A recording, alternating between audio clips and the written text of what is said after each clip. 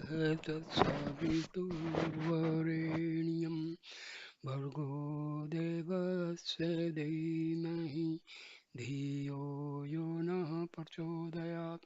Om Shanti Shanti Shanti. Namaste, dear friends. Now I am starting a very important video on the basis of Swami Annamalai's book, Final Talks.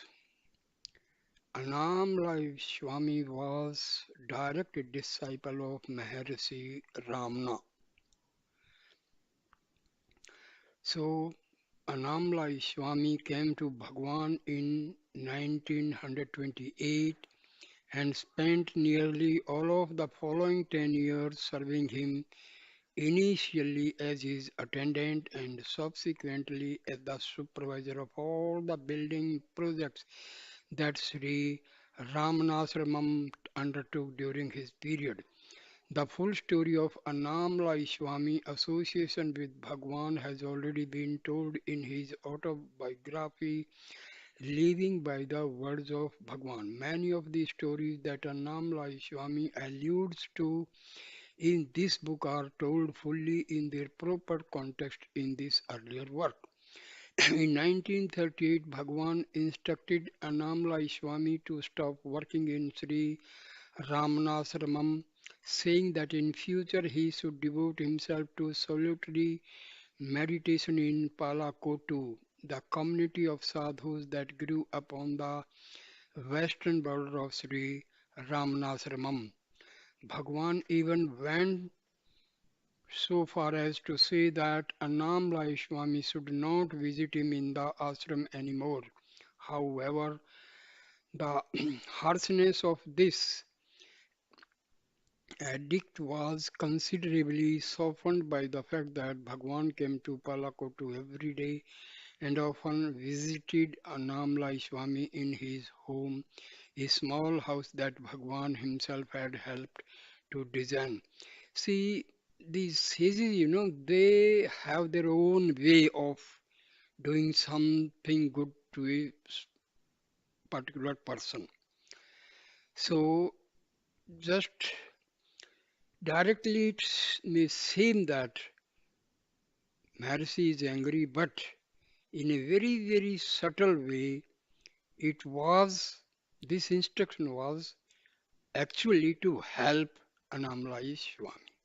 So we cannot understand their, you know, it's very difficult to understand their what they want in a particular activity. So after Bhagwan passed away in 1950, Annamalai Swami lived and did sadhana in this house for many years, devoting all his energies to carry out the spiritual teachings that Bhagwan had imparted to him. Annamalai Swami has said that his years of constant meditation in the 1950s and 60s finally brought him to a continuous awareness of the self. In the 1980s, devotees, many of them foreigners, began to visit Annamalai Swami in order to get instructions on Bhagwan's teachings. Some of the dialogues from this period appears as the final portion of Living by the Words of Bhagwan. The visitors to his ashram and the readers who subsequently encountered these teachings in book were often surprised by the elegant and trenchant way in which Annamalai Swami passed on the teaching that had been given to him by his master. Though he had had virtually no formal education, his deep experience of the subject matter enabled him to communicate it with rare authority.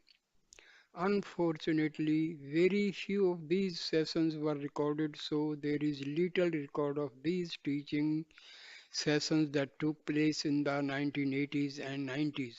However, in 1995, the year that Annamalai Swami finally passed away at the age of 89, audio recordings were made of the sessions that took place between March and October. This small book is an edited record of what turned out to be the last 6 months of Annamalai Swami's teaching career. Annamalai Swami's teachings were uncompromising, straightforward, and rarely deviated from a solid core of advice that he himself had been given by his own guru. However, they were delivered with a force and a gentle humor that was irresistibly attractive. In the last few years of his life, his small room was invariably packed on the afternoons that he dispensed his wisdom. In offering this book to the general public, it is my hope that it will be found to be as useful and stimulating as the earlier collection of teaching. May the blessings of Bhagwan be on this small but valuable teaching record. So this book was actually edited by David Godman in October 1999 at Tirumanalai.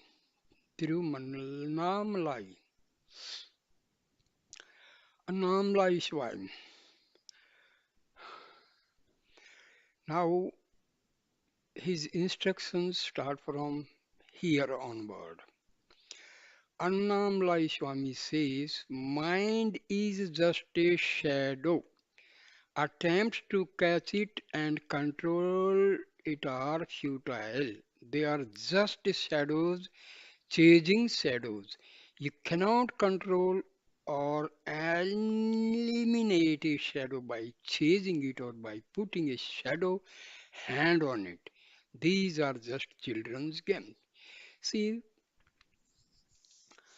we cannot control mind because mind is nothing but the chain of thoughts originating from the soul.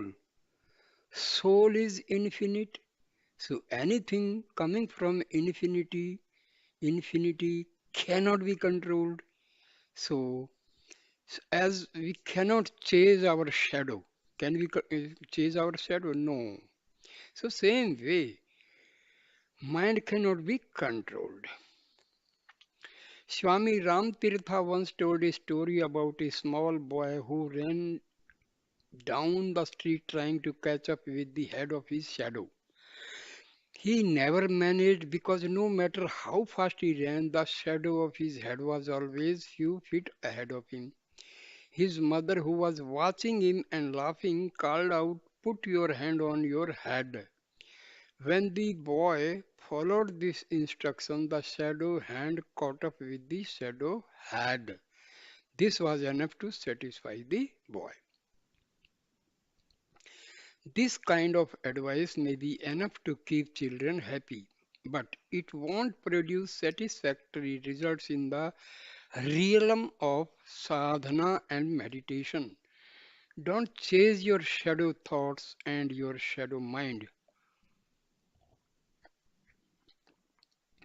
with mind control techniques because these techniques are also shadows.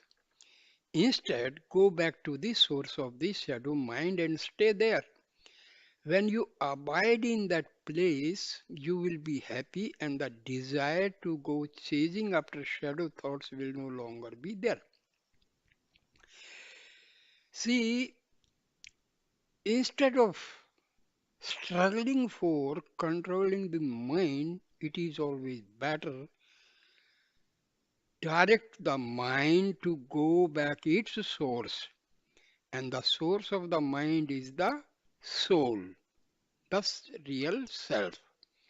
So, try to divert the mind to go back to its source, that is the spiritual heart, where lies the real self.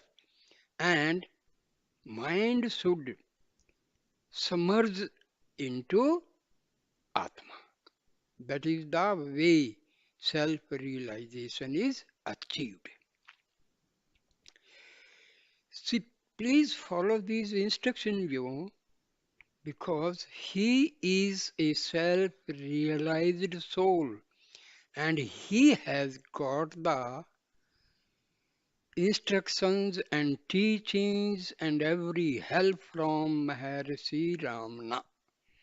So each and every word and sentence of Annamalai Swami is true, authenticated, and very helpful. Bhagwan often told the story of a man who tried to get rid of his shadow by burying it in a pit. This man dug a hole and then stood on the edge of it in such a way that his shadow was cast on the bottom of the hole he had just made. After lining it up in this way, he started throwing soil on the shadow in an attempt to bury it. Of course, no matter how much soil he put in the hole, the shadow still remained on top of it. Your mind is an insubstantial shadow that will follow you around wherever you go. Attempts to eliminate or control it cannot be succeed while there is still a belief that the mind is real and that it is something that can be controlled by physical or mental activity. Because mind is not at all real. That is the very important thing to know. Mind is not real. It is just, it does not exist in reality. It is just the thoughts arising from the soul constitute this mind. So, if we can control the arising of thoughts, the mind can be controlled. So, instead of controlling the mind, the better just stop the arising of thoughts from the soul. That is the ultimate controlling of mind. Now, a question is put to Annamalai Swami. But this shadow mind must still be eliminated by some means. Annamalai Swami answers, when self-realization happens, mind is no longer there. So, until unless the mind is destroyed, self-realization is not possible. Ego, mind, they are acting as wheels around the self. So, to realize the self, the most important point is to destroy the ego and the mind. However, you do not get self realization by getting rid of the mind. It happens when you understand and know that the mind never existed. It is the recognition of what is real and true and the abandonment of mistaken ideas about the reality and substantiality of this ephemeral shadow you call the mind. So, the best thing is we must understand and realize that mind does not exist in reality. So you must be very sure about this and we must be aware of this fact. Because the thing which is not existing, how can we control, how can we destroy? That is the thing, no? The basic thing is mind does not exist. This must be understood.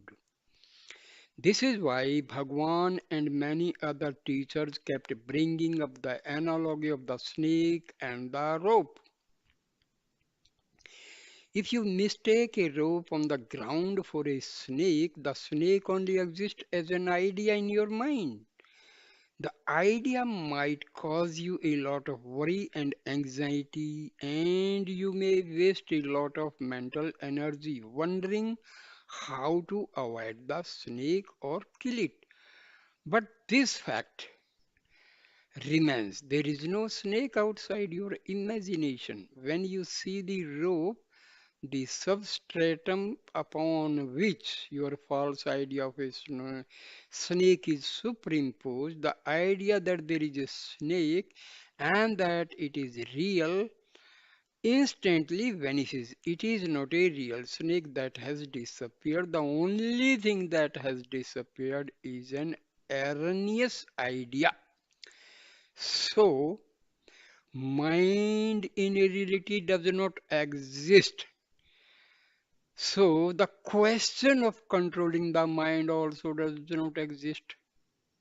The thing which is not existing, how can we control it? How can we destroy it?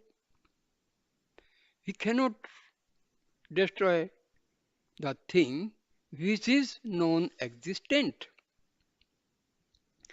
The substratum upon which the false idea of the mind has been superimposed is the self. When you see the mind, the self, the underlying substratum is not seen. It is hidden by a false but persistent idea. And conversely, when the self is seen, there is no mind. So, to realize the soul, mind is to be destroyed. And when the mind is destroyed, you can see the soul. Now, question put to Annamalai Swami.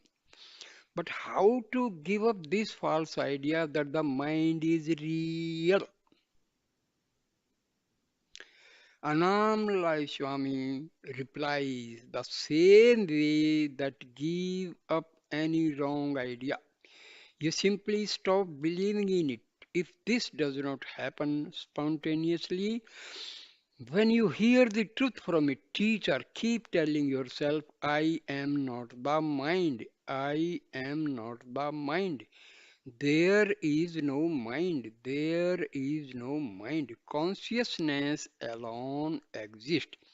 If you have a firm conviction that this is the truth, one day this firm conviction will mature to the point where it becomes your direct experience. Consciousness alone exists. If you generate a firm conviction that this is the truth, eventually this firm conviction will become your own direct experience. Consciousness alone exists. That is to say, whatever exists is consciousness alone. Keep this in mind and don't allow yourself to regard anything else as being real. If you fail and give even a little reality to the mind, it will become your own false reality. Once this initial wrong identification, I am the mind is real, has happened, problems and suffering will follow. Don't be afraid of the mind. It is a false tiger, not a real one. Something that is not real cannot harm you. Fear and anxiety may come to you if you believe that there is a real tiger in your vicinity. Someone may be making tiger noises as a joke to make you afraid, but when he reveals himself, all your fears go because you suddenly understand that there never was a tiger outside your imagination. So same way we should not worry about the mind because mind does not exist. So the thing which is not existing, why should we afraid of that? So this is the basic question and basic understanding. Now a question is put to Swami Annamalai. Question. One can have a temporary experience of the self, the underlying reality, but then it goes away. Can you offer any guidance on how to stabilize in that state? Annamalai Swami replies, a lamp that is lit may blow out if the wind is strong. If you want to see it again, you have to relight it. But self is not like this. It is not a flame that can be blown out by the passing winds of thoughts and desires. It is always bright, always shining, always there. If you are not aware of it, it means that you have put a curtain or a veil in front of it that blocks your view. Self does not hide itself behind a curtain. You are the one who puts the curtain there by believing in the idea that are not true. If the curtain parts and then closes again, it means that you are still believing in wrong ideas. If you have eradicated them completely, they will not reappear. While these ideas are covering up the self, you still need to do constant sadhana. So, going back to your question, the self does not need to stabilize itself. It is full and complete in itself. The mind can be stabilized or destabilized, but not the self. Question put to Swami Annamalai. The question says, by constant sadhana, do you mean self-inquiry? Annamalai Swami replies, yes, by strength of practice, by doing this sadhana, this veil will be removed completely. There will be no further hindrances. You can go to the top of Arunachala, but if you are not alert, if you are not paying attention, you may slip and end up at a Ishanya Math, a Hindu institution at the base of the hill. You have to make an enormous effort to realize the self. It is very easy to stop on the way and fall back into ignorance. At any moment, you can fall back. You have to make a strong, determined effort to remain on the peak when you first reach it. But eventually, a time will come when you are fully established in the self. When that happens, you cannot fall. You have reached your destination and no further efforts are required. Until that moment comes, constant sadhana is required. Question to Annamalai Swami. Question. Is it important to have a guru at this stage, this period when constant effort is required? Annamalai Swami replies. Yes, the guru guides you and tells you that what you have done is not enough. If you are filling a bucket with water, you can always add more if there is still space. But when it is completely full, full to overflowing, it is pointless to add even a single drop. You may think that you have done enough and you may believe that your bucket is full, but the Guru is in a better position to see that there is still a space and that more water needs to be added. Don't rely on your own judgment in this manner. The state you have reached may seem to be complete and final, but if the Guru says you need more sadhana, trust him and carry on with your efforts. Bhagwan often used to say, the physical Guru is outside, telling you what to do and pushing you into the self. The inner Guru, the self within, simultaneously pulls you towards itself.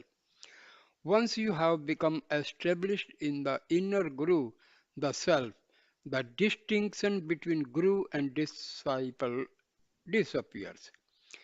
In that state, you no longer need the help of any Guru. You are that the self. Until the river reaches the ocean, it is obliged to keep on flowing. But when arrives at the ocean, it becomes the ocean and the flow stops. The water of the river originally came from the ocean. As it flows, it is merely making its way back to its source. When you meditate or do sadhana, you are flowing back to the source from which you came. After you have reached that source, you discover that everything that exists, world, grew, mind is one. No differences or distinctions arise there. Non-duality is jnana. Duality is samsara. If you can give up duality, Brahman alone remains and you know yourself to be that Brahma. But to make this discovery, continuous meditation is required. Don't allocate periods of time for this. Don't regard it as something that you do when you sit with your eyes closed. This meditation has to be continuous. Do it while you are eating, walking, and even talking. It has to be continued all the time. Okay. Question to Annamalai Swami. How does the jnani relate to his body? How does it feel to him? Annamalai Swami replies, the jnani is not really aware of the body, or if he is, he feels it like akasha, space itself. After one of the operations to remove the tumor on Bhagwan's arm had been completed, I was worried enough to send a girl who worked for me to the ashram to ask how Bhagwan was. I could not go myself because Bhagwan has asked me not to visit him. When this girl told Bhagwan why she had come, he started laughing very loudly. I interpreted this to mean that nothing had really happened. His laughter was a message to me that Bhagwan was not his body and that I should therefore not be upset or worried by anything that happened to it. Years before I was walking on the hill with Bhagwan when he remarked, I don't feel the weight of the body at all. I feel as if I am walking weightlessly through the sky. I sometimes have the same feeling when I am walking around. Question to Annamalai Swami. I was not here yesterday, but it seemed that someone asked a question about the vibration that comes of a jnani. You also apparently talked about the vibrations that ordinary people and bad people give off. Can you repeat what you said? Annamalai Swami replies, a jnani's vibrations stay even after he leaves the body. All people leave vibrations in the places they have been and lived. Jnanis leave a good vibration and bad people leave a bad vibration. I am not talking about a gross physical phenomenon that everyone can feel. The vibration that a jnani leaves is subtle. Radio broadcasts that only be heard if one has a radio that is tuned to the right frequency. You tune into a jnani's vibrations by having a quiet, still mind. This is the wavelength of the broadcast. If you have not tuned yourself to receive this frequency, you cannot expect to experience or benefit from the vibration that a jnani may have left in a place. See, this is a very important phenomena. In India, people visit pilgrim places, pilgrimage places. Why? Because these places had been visited by realized souls, sages, rishis, mahatmas. So their vibrations still exist on those pilgrimage places. So this type of vibrations may help a sadhaka. See, this is very simple.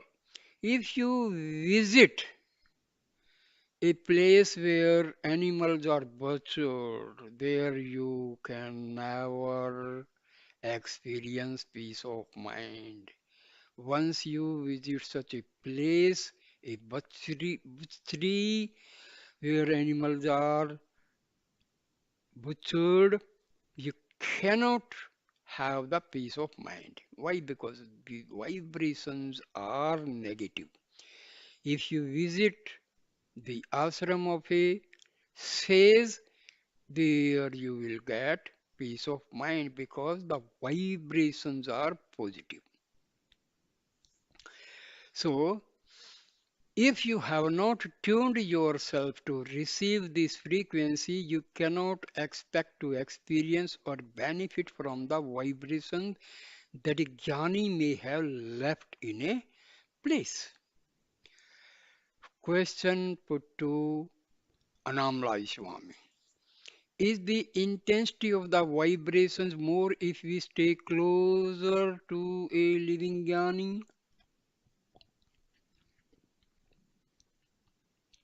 Annamalai Swami says yes. Another question is put to Annamalai Swami. Is it the same with the Arunachala? Annamalai Swami says yes, no doubt about it. Bhagwan himself has said that if one lives at the foot of Arunachala, one does not need any kind of initiation. If one's intentions are pure and holy, merely living here can be a good sadhana. Guhai Nama Shivaya, a saint who lived on the hill a few centuries ago, said in one of his poems that this Arunachala hill draws seekers in the same way that a magnet attracts iron. In ancient times, the Shakti, the power of this hill was hidden, but Bhagwan made it open to everybody. Bhagwan sang about this in Annamalai, verse 98. I have made public your doings, do not hate me for this. It was rare for Bhagwan to make such an open declaration about something that he had done or accomplished. He rarely used the word I when he referred to some event that had happened in earlier eras of his life. Sometimes he would use the passive form, something happened to me. At other times, he would go to the extreme of using someone else's name when he was telling a story about something that happened to himself.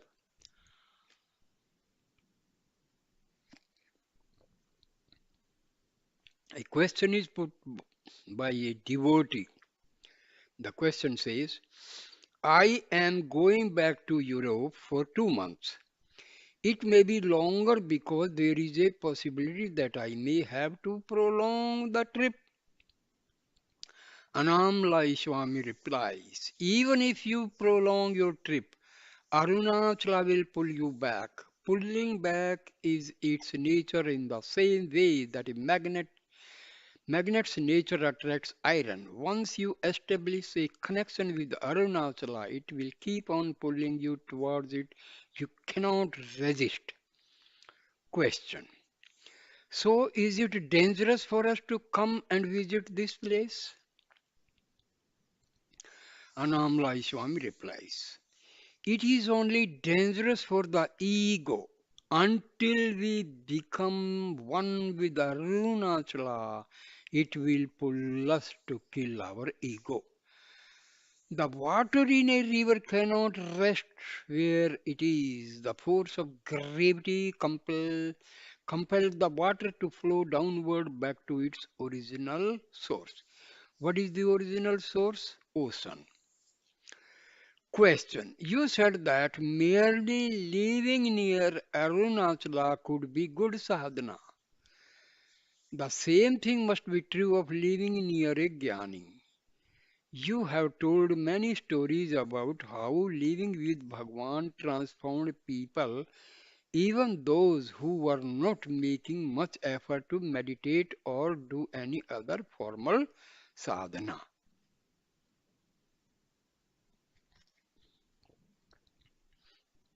Annamalai Swami replies, yes, we were all immeasurably benefited by being in his presence, by doing ordinary, everyday things with him.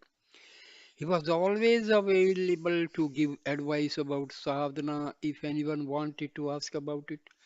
But we were also benefited by his presence and by the example he set on how to live life properly.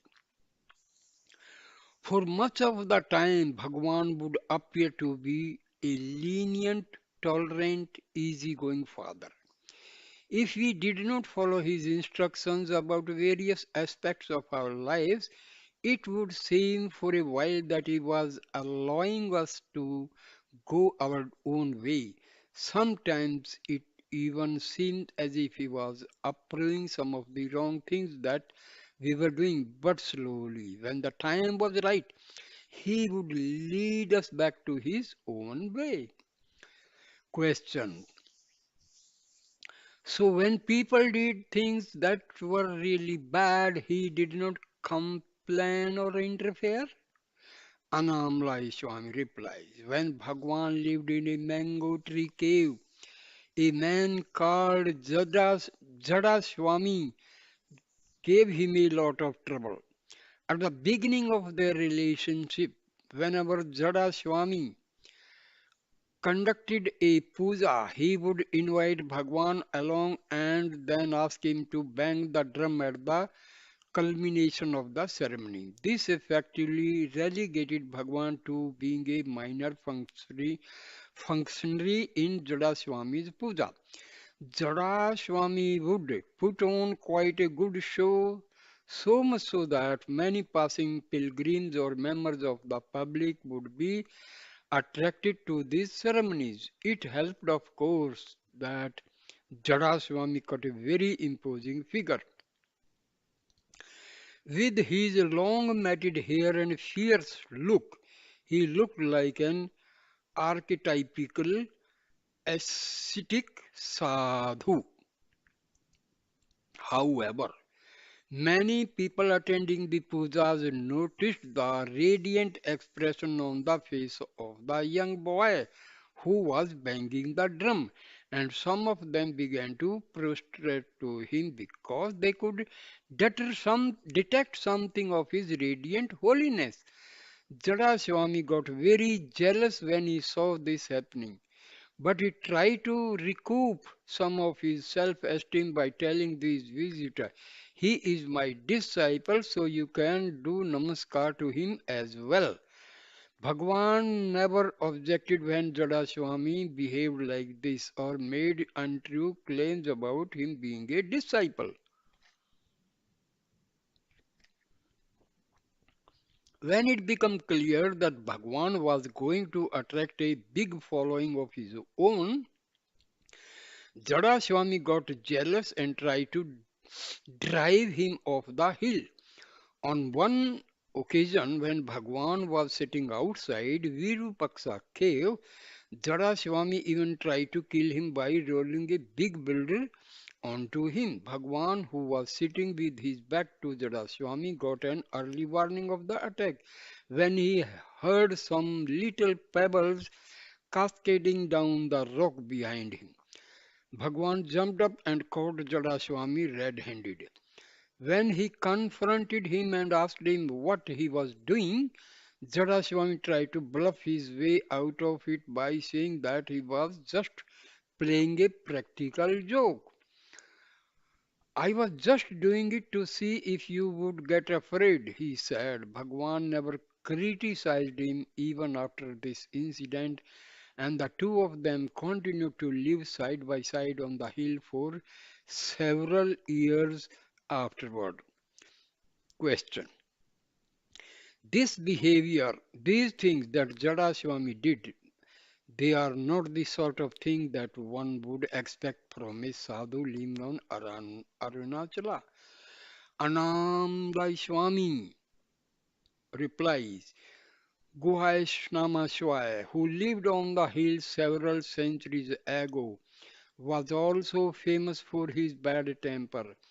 In one famous incident, he cursed a group of weavers who had been causing him trouble. Within a short time, all their businesses failed. The curse was apparently a long lasting one, for in the years that followed, all attempts to start weaving business in Tiruvannamalai failed.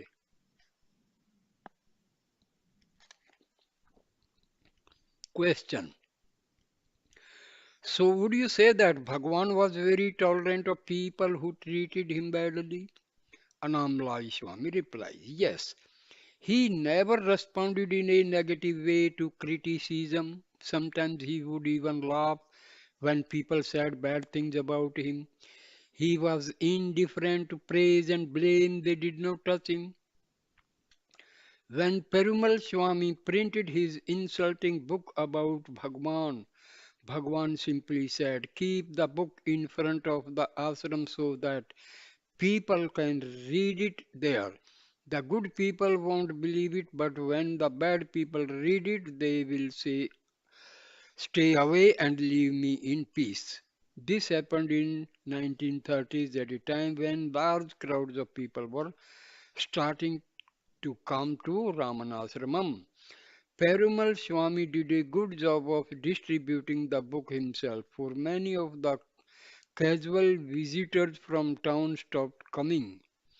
It was a bit of a break for us because many people would just come at mealtime hoping to get a free meal. These freeloaders were disturbance for all of us.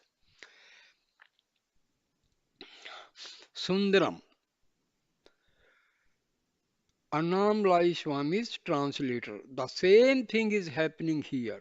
We cooked, Sundaram is further to this answer.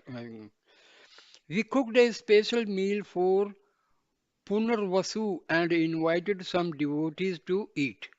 Without telling Swami, one man brought 17 extra people, none of whom were devotees. We had never seen any of them before. We had only cooked food for 15 people.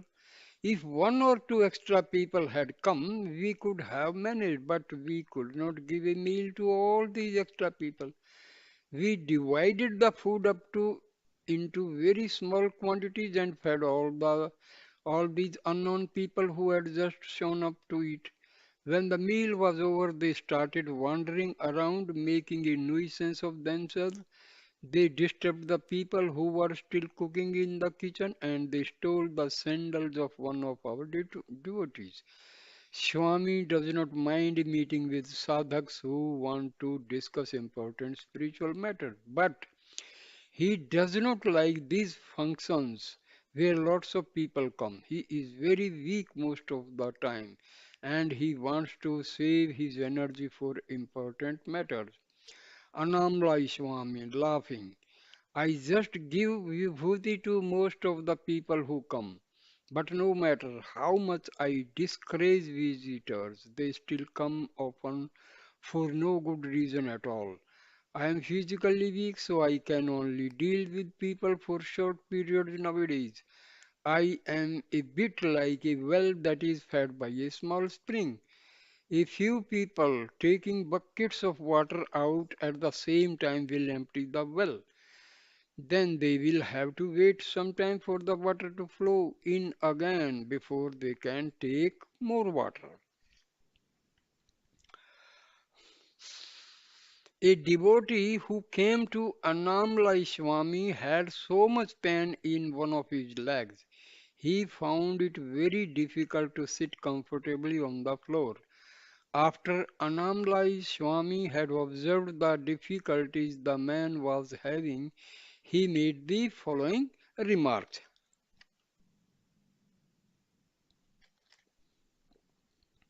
Annamalai Swami. Though the body is needed for sadhana, one should not identify with it. We should make good use of it and look after it well, but we should not pay too much attention to it. There are so many thoughts in the mind, thought after the thought after thought, they never stop. But there is one thought that is continuous, though it is mostly subconscious. I am the body. This is the string on which all other thoughts are threaded. Once we identify ourselves with the body by thinking this thought, Maya follows. It also follows that if we cease to identify ourselves with the body, Maya will not affect us anymore. See, Maya is nothing but the power of God. It, it says its function is to confuse. It will lead us from reality to unreality. That is the main function of Maya. Somehow or the other, it will trick us away from the self. Maya is fundamentally non-existent. See, Bhagwan said that Maya literally means that which is not.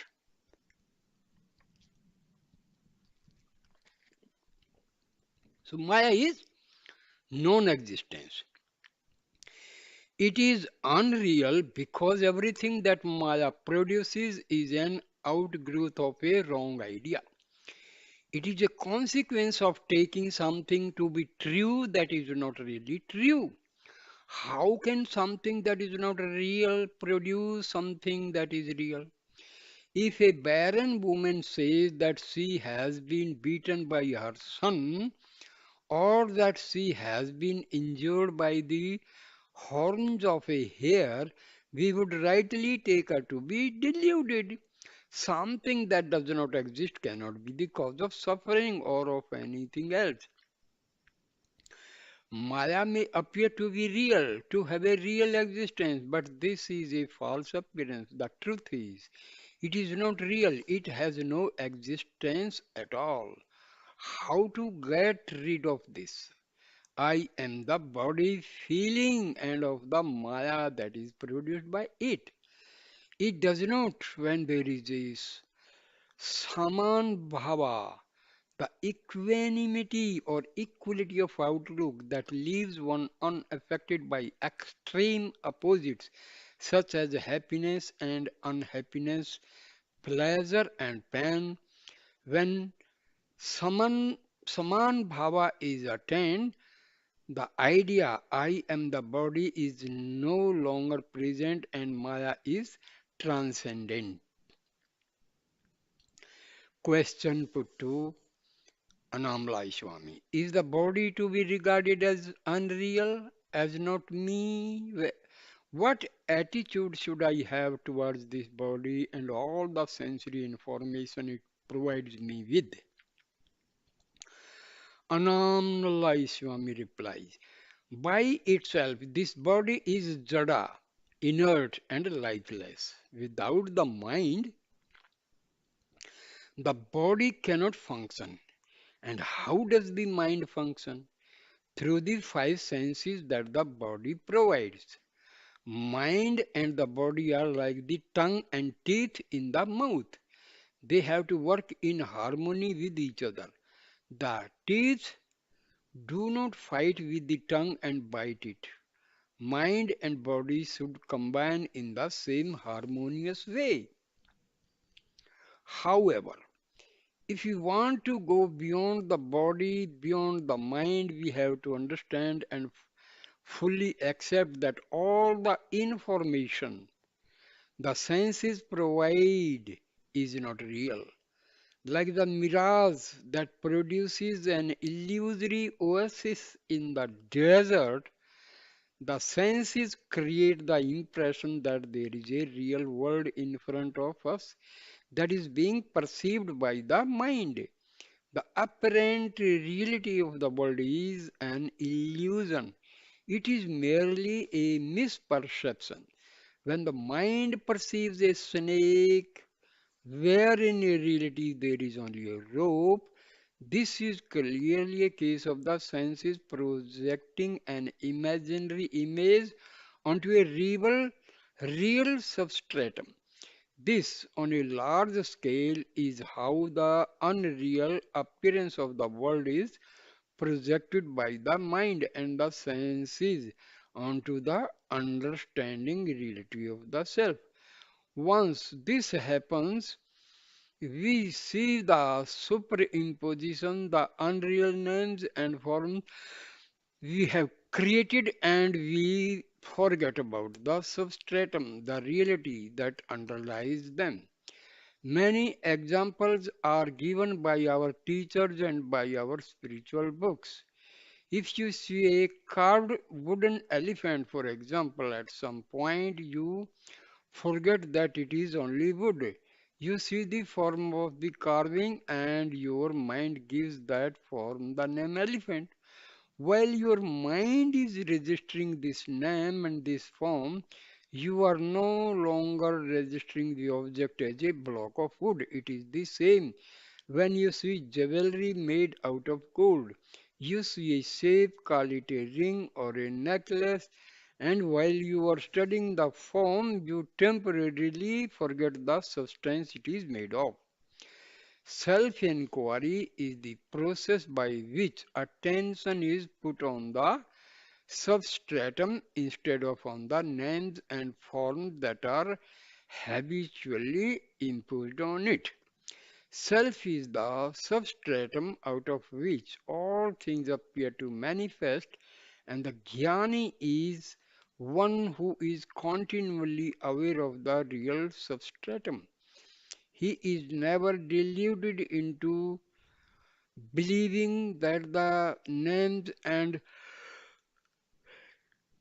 forms are perceived by the senses have any real existence. Whatever we see in this room, for example, that picture of Bhagwan over there is unreal. It has no more reality than the objects we perceive in our dreams. We think we live in a real, materially substantial world and that our minds and bodies are real entities that move around it. When the self is seen and known, all these ideas fade away and one is left with the knowledge self alone exists. Question. If I regard all the people that I see and meet as unreal projections, what do I base my moral sense on? I can go around killing them or robbing them without feeling guilty because I would know that they are just characters in my dream. Annamalai Swami. Everything that we perceive is Maya, an unreal dream, but one should not then think. Since everything is unreal, I can do what I like. There are dream consequences for the bad acts committed in the dream, and while you still take the dream to be the reality, you will suffer the consequences of your bad behavior. Do no evil and have no hate, have equanimity towards everything. Annamalai Swami then turned to a devotee who had been sitting motionless with his eyes closed in front of him. If you sit in a meditation for a long time without moving the body, the mind gets dull and tamasic. Even moving the toes while you sitting in a good way of getting rid of the tamas.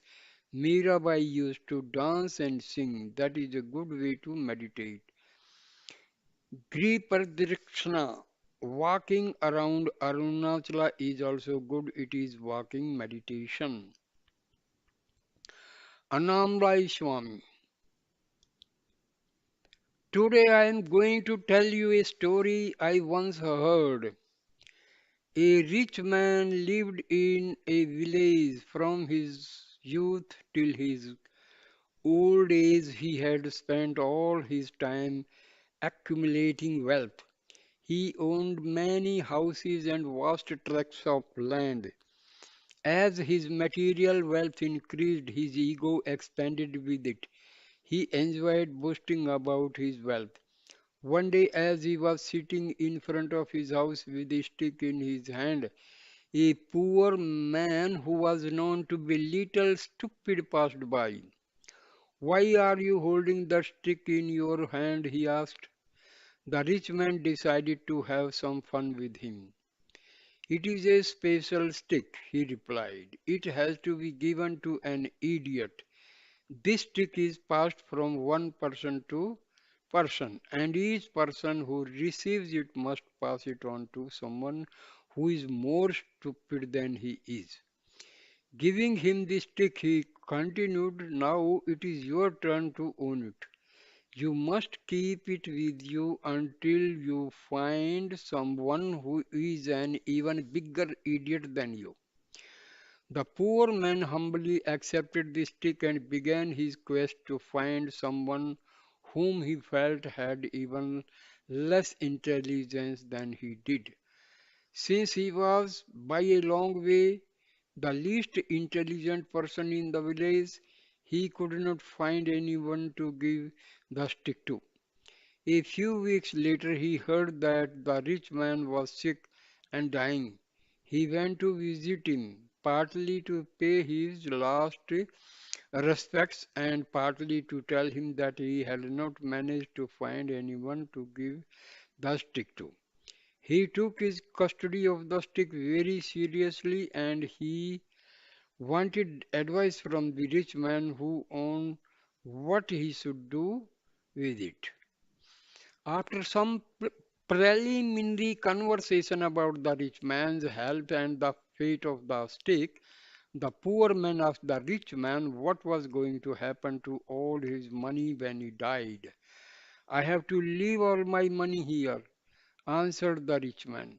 I do not know where and when I shall be reborn, but I do not know that I cannot take any of my money with me. I shall have to start off with nothing again. He relapsed onto a glum silence, not relishing the prospect of being parted from his money. The poor man, who had never really considered this aspect of dying before, thought about it for a while and then came to a conclusion. You must have the stick, he said, handing it back to him, because I have suddenly realized that you are an even bigger idiot than I am. Though you have had a long life and many opportunities, you have accumulated nothing of value that you can carry forward with you. You have no peace of mind because you are worried about losing your money, and you have accumulated no good karma because you have spent your wild life pursuing selfish ends. In a few days, the piles of money you have amassed will have the same value for you as piles of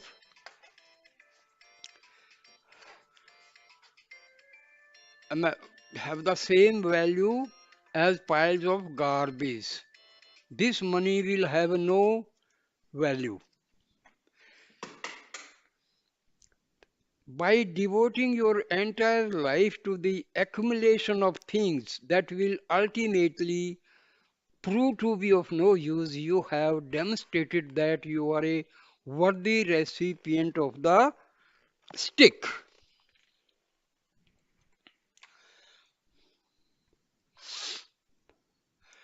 He placed the stick on the rich man's bed and left. That reminds me of a strange comment a disciple once made about his guru. He called his guru a heap of garbage and referred to himself as a hen. When he was asked about this, he replied, a hen can always find something good to eat so long as it keeps busy scratching around in the garbage. But effort is required. If the hen stops scratching, the supply of food stops. Question. I was not here yesterday, but I was told that someone asked the following question. I have been following Bhagwan's teachings for many years, but without any obvious benefits. I don't feel any peace. What am I doing wrong? Why am I not getting